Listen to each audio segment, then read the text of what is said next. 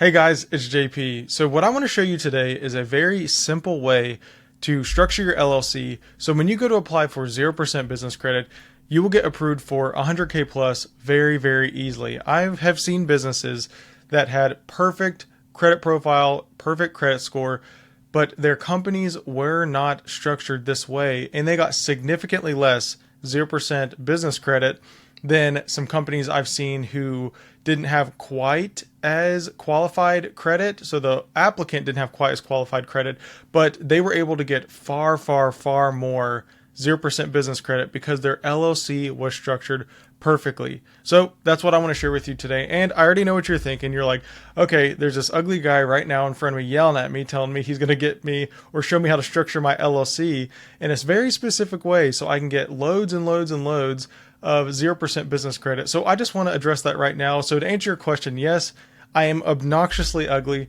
I am not the most handsome human on the planet, but I do happen to know a little bit about the business credit world. And if you don't know who I am, my name is John Paul. I have personally secured around $416,000 in 0% business credit for my own online business, but I also own FundWithCredit.com.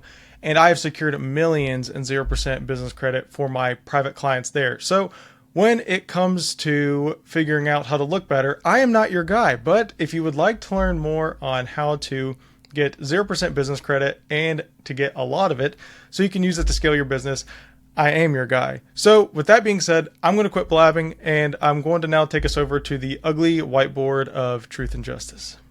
All right, so when it comes to structuring your LLC in this specific way to get 100K and 0% business credit easily, there are really 5 main things. And the most important thing that I personally have found, and I make sure that this is dialed in before I ever submit one 0% business credit application, is going to come down to your company name. So company name. Now, this is really important because whenever you are applying for business credit, your application is always going to run through the bank's algorithm. And the algorithm, I like to think of it as buckets. So whenever you are first submitting your application, the algorithm is going to look at all of your data on your business credit application, and it's going to look at everything on your company as well. And the first thing it's going to look at is your company name. And I like to think of there being 2 buckets. So you have I'm going to call these the risk buckets. So you have we'll put an H here for your high risk bucket, and you have your low risk bucket. And whenever you apply and it is analyzing your name, it's going to see what the name of your company is and then see if it thinks it's risky or not. So for instance, if let's say that you just submitted your application and your business name, we'll just say is we'll just say Davis Group LLC. If your name in this instance is Davis Group LLC, that is a very neutral name, and that does not suggest that you are doing anything in what the banks consider risky. So in this case, if you were to apply and it was going to read your name, it would put this one in the low risk bucket because it's not suggesting anything. However, if it was something like the Davis Financial Group, beautiful handwriting. Let's say it was the Davis Financial Group. In this case, it's going to take the word financial and assume that you're either a hedge fund holding on to people's money, just something it does not like, and it's going to immediately put you into the high risk bucket. Now, why this is important is whenever a business is thrown into the low risk bucket, you are going to get a lot of times the full approval on that application. Whereas when you are put into the high risk bucket, I've seen it be dropped by as much as 500%. So meaning I've seen people get approved when they get thrown into the low risk bucket, they'll get, let's say, 50K on a single business credit card. Whereas when I've seen people apply and they were put into the high risk bucket based on their name, they may get as low as 10K. So literally just having your name dialed in and perfect or just something neutral could be the difference in a 10K approval or a 50K approval. And that's very serious, and it's something that's super easy to change. So what I want to kind of explain now is like, what is, a risky name and what is a low risk name. So banks tend to like names that are very neutral. So you have the Davis Group LLC. Another one that would be very neutral and that they would like is Davis Consulting. That's a very neutral name. That'd be just fine. Another one could be Davis Ventures. Let's see, Davis Ventures. You kind of get what I'm saying here. So like anything that's like Davis Group, Davis Ventures, Davis Consulting, anything that just is very neutral like that is going to work super, super well. Now, what are names that are not going to work very well? So a name that is not going to work well at all is anything that might have crypto in the name, anything that has financial, anything that has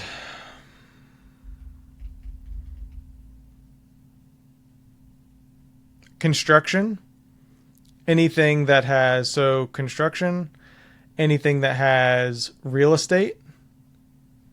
And I'm not saying that these are bad businesses to have. That's not what I'm saying at all. It's just when applying for 0% business credit, you are applying for a large limit line of credit, essentially, that's unsecured. So they're not securing it against a home. They're not securing it against your car. They're just giving this to you completely unsecured based off of your company structure and also your credit profile. So since they are giving loans like this away, there are certain business industries they just simply don't like.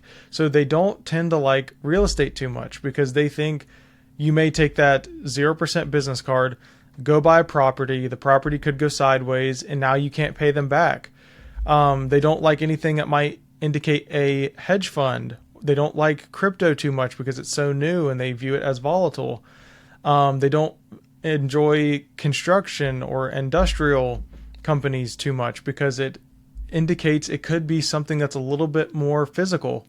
That's just how they are. I have tested this across so many applications, probably north of 1,000 applications now.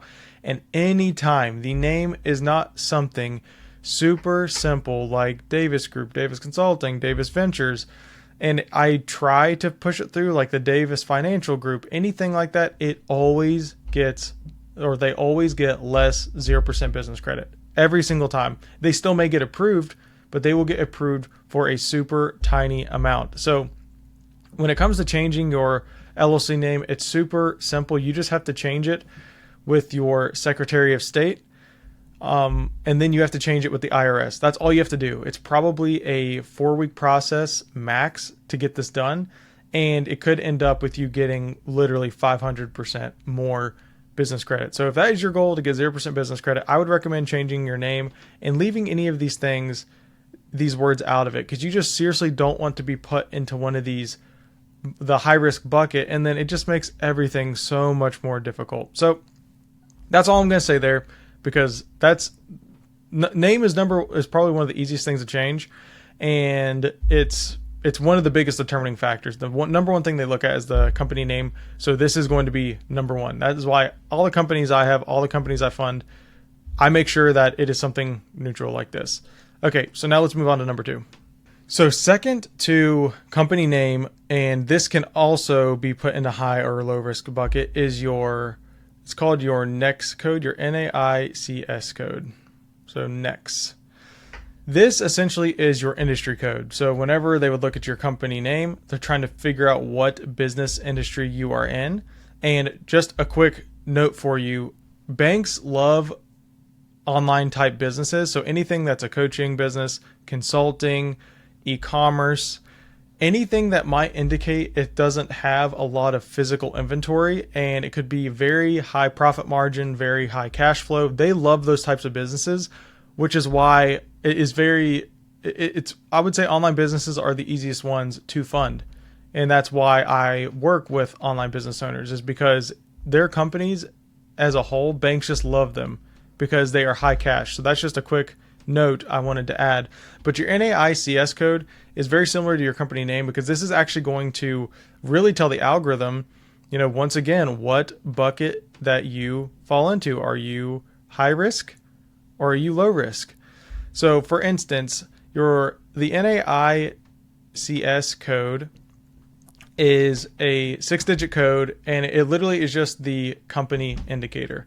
So the company code could be, it could indicate real estate holdings. It could indicate, consulting, anything. It's just going to basically tell them what industry your business is in. And so like you could have a perfect name, like I've said like 1,000 times already. You could have a company name called the Davis Group. So that's perfect. That goes right into the low risk bucket. But if they check your industry code and they find out that the Davis Group is a real estate holding company based off of your next code, well, now they're going to change their decision and they're going to put you into the high risk bucket, because they say, okay, well, he's actually a real estate holding company. He's not a consulting company. So Davis Group is a perfect name, and that would put you into the low risk bucket. But whenever they look at your industry code, if your next code suggests that you are a real estate holding company, then they're going to put you into the high risk bucket, and the result is still going to be lower approval. So you want to make sure that whenever you go into the Secretary of State and you change your company name, so let's say that you were Davis Crypto Group and you decide to change it to just the Davis Group, now you want to just go ahead and make sure that you change your industry code as well, your next code, to something that suggests consulting, or just, you want it to be what your business actually does. So if you're actually a real estate holding company, you don't want to change this to consulting, because you actually are a real estate holding company. But I'm just saying that sometimes I have seen where someone has an online business and they made their name, they thought maybe they wanted to be a real estate business, but they decided they wanted to be, no, you know what, I'm going to start a consulting company. So they have Davis like real estate group, but really they're a consulting company. So now they change it to Davis, just the Davis Group, but they forgot to change their code from real estate holding to consulting. So now when they go to apply for 0% business credit, the bank is like, okay, well, they're a real estate holding company. They're not a consulting company, even though you actually are a consulting company. So you just want to make sure that this is dialed in. Like I said, if you have a real estate holding company and you are in real estate, you don't want to change this to consulting or something just because it may get a higher approval, because that's not exactly in line with what your business really does. You want it to be in line with what your business really does. I'm speaking to the online business owners here that maybe haven't even looked at this and they don't realize that their next code is something that doesn't indicate what they do at all. You just want to make sure that if you are a consultant, a coach, something in the online space, e-commerce, you want to make sure that your name is neutral, and you want to make sure that your industry code is what your business does. And you want to make sure that it is something that doesn't suggest a risky business. So that was actually a fast one. That's your next code. So now we're going to move on to the third thing. So number 3 is, most of you most likely have this, but if you do not, I would get one ASAP. But I would set up an EIN for your company if you do not have one already. Like I said, most of you probably already have one. That's pretty standard to get one whenever you first set up your LLC. But if you do not have an EIN, I would get one, because when you are applying for business credit, you want to avoid using your social security number as a sole proprietorship. So if you apply for a business credit card and you put your social security number instead of an EIN under the business, they're going to assume that you're a sole proprietorship. And whenever you open up that business credit card, let's say you open up a business credit card solely under your social security number, not using an EIN, and you get we'll just say a 25K card. So let's say you get a 25K card and you end up using or putting 22K on it. So you got a 25K limit card. You have a balance now of 22K. If you have this card, if you applied for this card solely under your social security number, not using an EIN, this debt is going to be on your personal credit report. And since you have a card that is almost maxed out, even though it was for business purposes, because this card is reporting to your personal credit report, it's going to show that you have a 80 to 90% maxed out card, and your score is going to dip a ton. This is why it is really important to have the EIN set up, because if you have so whenever you apply for 0% business credit, you're going to have to use your social security number because you are getting the approval based off of your personal credit profile. But if you have your social security number and you also put your EIN in the business info section, then when you have this debt here, so let's say you get a 25K card and you have 22K being used, because you applied using your EIN under the business, you put your EIN under the business section or business info section, this debt is now going to show on the business. So it will show on your personal credit report. You'll get an inquiry that you applied for that business credit card, but the debt does not show on your personal credit report. It's going to show on the EIN, which is super important because let's say that after it's all said and done, you end up with 150K in business credit. And you decide that, you want to spend a bunch of money on marketing, which is exactly, what you should be using your credit for, growing your business. So you end up with a 100K balance. So you're using 100K of the 150K you secured because you applied using your EIN. All of this debt is just going to be on the business side. So you can be very aggressive, spend your credit, put 100K on a card and hold that balance for 2-3 months. And it does not matter because it's on the business. It is not on your personal. Your personal score will still be sky high and this debt will be on the business. That is why it is very important to, when you are applying for business funding with your LLC, do not put your social security number in both the business and the personal info section. Use your social security number, obviously, in the personal section, but if you don't have one, set yourself up an EIN so this debt can ride. Because a lot of people don't know that. They think, if I get business credit cards, they're the same way as personal credit cards. So I can only, utilize 30% of it because if I use more than 30%, that utilization is going to drop my score. But it doesn't work like that when you apply using your EIN. The debt is on your business. So yes, with your personal credit cards, you cannot take them above 30% or your score is going to drop significantly. But when you apply for business funding and you use your EIN, your social security number and your EIN, this debt is going to be riding on the business and you can use 100% if you want it to.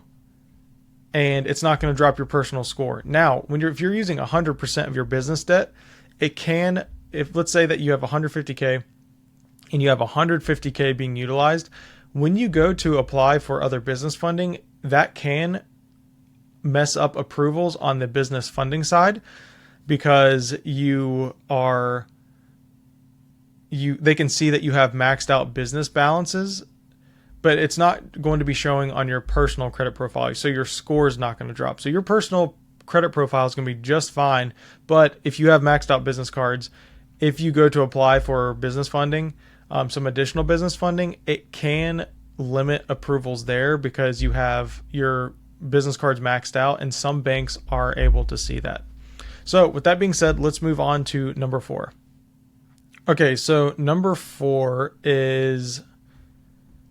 this is actually one I get asked about a lot and can sometimes be difficult, is your business address. So most of you should be online business owners. And if you own an online business, it's very easy to want to set up a virtual address for your business because you don't want your personal address on documents. So if a client for some reason gets mad at you, or someone looks up your info, you don't want them to look up your business info and then just see your personal address there. And then now they know exactly where you live. So like a lot of times when you have an online business, like people will put their personal address, but I also see a ton of people wanting to use virtual addresses. And in most cases, having a virtual address from a safety perspective is super smart, because it keeps this random address that you can use for your business, that if someone wanted to go to it, they're not going to find anything on you that, like, it's not your personal address. So you keep you and your family safe. But when it comes to setting up bank accounts, getting business credit cards, just getting 0% business credit, the business address matters a lot, because the way the bank looks at it is, if they're reviewing an application and they see that you have a virtual business address, they automatically, it's almost like I think a credibility thing. Like, they just don't think virtual addresses are credible. They like to see either a primary physical business address, or they will accept a personal address as something that they can use. Like, they don't necessarily like virtual addresses. They do not like PO boxes. They don't like these things too much, because it just doesn't look like it basically looks like your business could disappear tomorrow because you don't have a physical address. They just don't view it appropriately. Like, I've even seen like a lot of people have trouble setting up bank accounts when they use a virtual address or a PO box. Like, they won't even let them sometimes set up a business or a bank account. Like, and in that case, they're definitely not getting approved for business funding. So, what's the workaround here? You have an online business. You don't want to put your personal address, but you also don't want to spend thousands every single month on a physical business address that you don't really need because you work out of your home. If that's the case, then I always recommend that use your physical, or I guess I should say physical personal address. So use your physical personal address in the beginning. So set up the bank accounts using your personal address, and then go through funding using your personal address. And as soon as you are done with your funding round and just you've secured as much funding as you'd like, then at this point you can change your business address to something, not PO box. I would not use a PO box ever, but then you could change your business address to like a virtual address. Every single time I see someone use a virtual address when they're trying to secure, get bank accounts and then secure business funding, it just doesn't go well. Sometimes they just don't even process the application because they're just like, we don't accept virtual addresses, or we don't accept PO boxes. They want a physical address. So what I suggest in this case is use your personal address, set it up, use your personal address for setting up the business bank account, and then use your personal address for applying for business funding. And once you are done applying and you don't want any more funding, then at that point you can switch the business's address from your personal over to a virtual address. Like I said, if you're just going to get a primary business office address and you're actually going to work out of there and it's a real street address, that's fine. You could just do that immediately. I'm speaking right now to the people who are using their personal address, or they don't want to use their personal address and they're currently using a virtual address. I just do not see great success with virtual addresses. I've seen very few cases where it worked out perfectly, but I'm going to literally say 96% of the time, virtual addresses just do not work out well. And PO boxes, you might as well just forget about those. You can use those for just receiving mail, but you're not going to be able to set up a bank account or anything using that. If you have, please let me know, because I've never seen it happen, so I'd be interested to see if it has happened. But yeah, this is what I'm not going to blab on this anymore, because they want either a personal address or a primary physical business address. And this is the way I would get around it. You just use your personal address, to get funding, and then you can switch everything over later on. But that being said, let's hop on to 5 and the last one for structuring your LLC.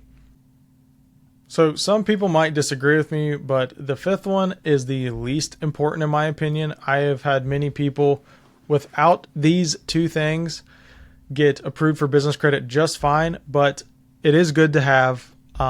If you know, it technically is better to have this than to not have it, but this is the least important. That's all I'm going to say. And what this is having a proper business email, and then also having a proper business website. Now, once again, I have seen many people get approved for business credit, myself included, without adding a business website and without having a proper business email. Now, when I mean proper business email, I'm saying, like, you know, for me, let's say it's, you know, jp@test.com. So that's what I mean by proper email address. It has your domain name. So if your business name is, you know, davisgroup.com, it'd be jp@davisgroup.com. That would be like a proper professional business email. However, I have been approved many times by just using a Gmail. So just like a, you know, 114jp@gmail.com. That's not my actual email, by the way. I made that up. But like a 114jp@gmail.com. But I've used just simple Gmail emails and have been approved just fine. So you certainly can set up the business email, and it's always going to look more professional if you have a proper business email, but it's not a make or break situation. It's just if you want to do it, cool, but you probably should get one anyways for your business. But when it comes to getting funding, it's not that important. So I'm going to leave that. You know, take that for what you want. You can get one, you cannot get one. It doesn't really mess up approvals that much. The most important thing is just the main things I talked about in the beginning of this video for structuring your LLC. That is not that important. Next one is website. Now, most banks that I have seen and I apply for do not ask for your website anymore. They used to ask for your website more and more in the past. So this is also one of those things. You can set it up, you cannot set it up. The good thing is there's so many website builders now. There's Wix, you know, in the online world, the most popular ones, you know, Go High Level, ClickFunnels. You can go in and set up a little one-page website if you just want to have something. But once again, I have literally put a Gmail for my email, and I have not even put a website, and I got approved just fine. So I'm going to say these are the 2 items that really are up to you. You can do it. You cannot do it. It doesn't really matter too much. So yeah, I'm just going to leave this here because there's really nothing else to say. Like, these are whatever, like, you can, you can't. But I mean, it's always good to have a professional email, and it's always good to have some sort of business website, because you are, for different things like payment processors and different items like that, you are going to need these things. So you can always set them up. And I mean, it's only going to make you look more professional. It's not going to make you look less professional. But yeah, that's all I got for you. Those 5 things, it seems very simple, but they are very, very important if you're wanting to get 100K plus in 0% credit effortlessly. I'm telling you, like I said, this has been tested across probably at this point 1,000 applications that I've submitted. And having these in matters so much if you want to get more money on each approval. But that's all I got for you. I'm sorry this video was longer than it was supposed to be. Sometimes I just don't know where to shut up. But I hope you found this useful. If you check anywhere else on this channel, you're going to see things talking about how to optimize your credit profile, which is the most important thing when you're getting 0% credit. This one was, you know, how to structure your LLC. So anything surrounding business funding and securing 0% business credit, you'll find it on the channel. That's all I'm going to talk about. I'm not going to talk about anything else because I don't have this is where my expertise is. This is what I like talking about. And yeah, that's exactly what I want to make this channel about. Just give you everything I know after securing millions in 0% credit for my private clients. So that's all I got for you today. And yeah, I'll see you guys in the next one.